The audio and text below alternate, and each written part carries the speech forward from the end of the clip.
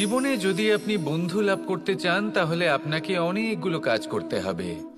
প্রথমে একজন যোগ্য পাত্র সন্ধান করতে হবে, তারপর তার সাথে সময় কাটাতে হবে, সুখ দুঃখে তার সাথে থাকতে হবে, তবে গিয়ে সে বন্ধু হবে। কিন্তু যদি আপনি শত্রু খুঁজতে চান তাহলে কোথাও যাওয়ার দরকার নেই, কারণ আপনার সবথেকে বড় শত্রু আর কোথাও নেই, আপনারই মনের মধ্যে, আপনার চেতনায় রয়েছে। ক্রোধ, মোহ, লোভ, কাম, মদ, মাৎসর্য। এ এমন 6 সবথেকে বড় শত্রু যা আপনার আগামী 7 জন্ম নষ্ট করে দিতে পারে যদি আপনি এদের না সামলাতে পারেন। এবার এদের সাথে যদি যুদ্ধ করতে হয় তাহলে একটা মহাভারতের মতো দেখুন, যেখানে অর্জুনও আপনি আর কৃষ্ণও সেই আপনি।